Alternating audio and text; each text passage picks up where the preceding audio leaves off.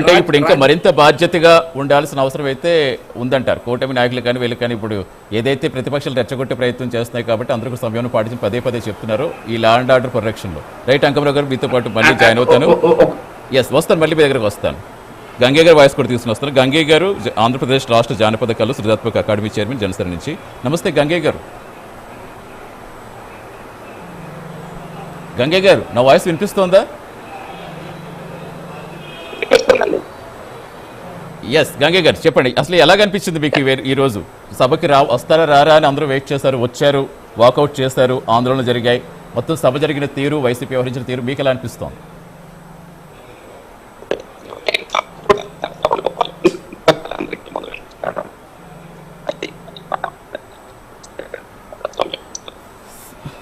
గంగయ్య గారు మీ సిగ్నల్ సరిగ్గా లేనట్టుంది, ఒకసారి చెక్ చేసుకోండి. గంగయ్య గారు సిగ్నల్ సరిగ్గా లేదు. నజీర్ గారు, ప్రధానంగా తిరుమల లడ్డూ కల్తీ వ్యవహారం ఏ స్థాయిలో ఒక అంశాన్ని మించి మరొక అంశానికి మొత్తానికి అది కులాల వరకు వ్యాపింపజేసి ఒక రకమైన అలజడి మొత్తం రాష్ట్ర వ్యాప్తంగా. సో దానికి సంబంధించి మా తప్పేమీ లేదని సిబిఐ ఇచ్చినట్టు పదే వైసీపీ చెప్పడం, కనీసం వాళ్ళకి ఆ విషయం చెప్పడానికి అసెంబ్లీకి వస్తే ఒక మైలేజ్ వస్తుంది కదా, ఎందుకు వాళ్ళు అసెంబ్లీకి రాకుండా బయటే ప్రెస్ మీట్లు పెట్టి ఇలా వ్యాఖ్యలు చేయటాన్ని ఇప్పుడు కూటమి ప్రభుత్వం ఎలా ఎదుర్కోబోతుంది? ముఖ్యంగా తిరుపతి తిరుమల దేవస్థానానికి సంబంధించినటువంటి నెయ్యి ఏదైతే కల్తీ వ్యవహారం నడుస్తా ఉందో దీని మీద జగన్మోహన్ రెడ్డి గారు రాష్ట్ర ప్రజలకు క్షమాపణ చెప్పాల్సినటువంటి అవసరం ఉంది. ఇది ఈరోజు అసెంబ్లీ సాక్షిగా ఇటువంటి దాని మీద మాట్లాడేటువంటి చర్చ జరిగేటువంటి అవకాశం ఉంది కాబట్టే ఆయన అసెంబ్లీకి రాకుండా తప్పించుకునేటువంటి ప్రయత్నం చేశారని నేను భావిస్తా ఉన్నా.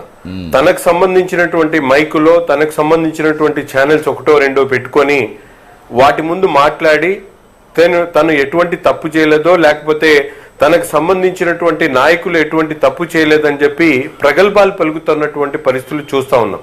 సాక్షాత్తు సిట్ రిపోర్ట్ లో కానీ క్లియర్ గా ఈ నెయ్యి కల్తీ జరిగింది, ఎక్కడ కూడా నెయ్యిలో పాలుకు సంబంధించినటువంటి ఎక్కడ కూడా పదార్థం లేదు అని చెప్పి నిర్మోహమాటం చెప్పినప్పుడు కల్తీ అనేది మామూలే అని విడ్డూరంగా మాట్లాడుతున్నటువంటి పరిస్థితులు కనిపిస్తా ఉన్నాయి.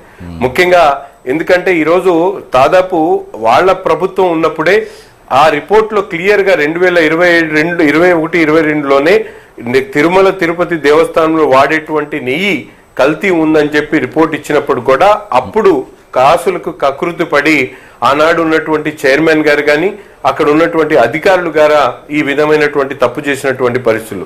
ఈరోజు ముఖ్యంగా కూటమి స్టాండ్ ఒకటేనండి. ఇంతమంది కోట్లాది మంది భక్తుల మనోభావాలు దెబ్బతీసినందుకు ఈ రిపోర్టు గతంలోనే ప్రభుత్వం ఏర్పడినటువంటి కొత్తలో వచ్చినప్పుడు కూడా ఇది ఎందుకు బయట పెట్టకుండా ఇప్పుడు దాకా ఎందుకు వెయిట్ చేయాల్సి వచ్చిందంటే, ఇది ఎక్కడైనా మనం నెగ్లెక్ట్ చేసి బయట పెట్టకపోతే దీంట్లో ప్రజలకి మనం సమాధానం చెప్పాల్సినటువంటి అవసరం ఉంది. బయట పెట్టినప్పుడు ఇటువంటి డిస్కషన్ వస్తుంది, దాని మీద క్లారిటీ చెప్పాల్సినటువంటి బాధ్యత జగన్మోహన్ రెడ్డి గారికి ఉంది. ఈరోజు అడ్డగోలుగా మాట్లాడి జరిగినటువంటి తప్పిని కప్పిపుచ్చుకునేటువంటి ప్రయత్నం చేస్తున్నారు తప్ప ఎక్కడ కూడా తమ ప్రభుత్వంలో ఉన్నప్పుడు ఈ నెయ్యి వాడడం వల్ల ఇంత శాతం కల్తీ ఉంది, భక్తులకు క్షమాపణ చెప్దాం అనేటువంటి జ్ఞానం లేకుండా ఈ రోజు వాళ్ళు బిహేవ్ చేస్తున్నటువంటి పరిస్థితులు ఉన్నాయి.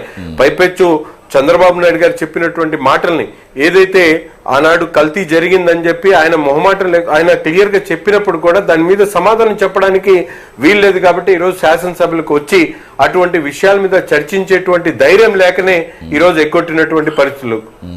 ఖచ్చితంగా నజీర్ గారు, అంటే ఇప్పుడు డిజిటల్ ఎవిడెన్స్ పెట్టారు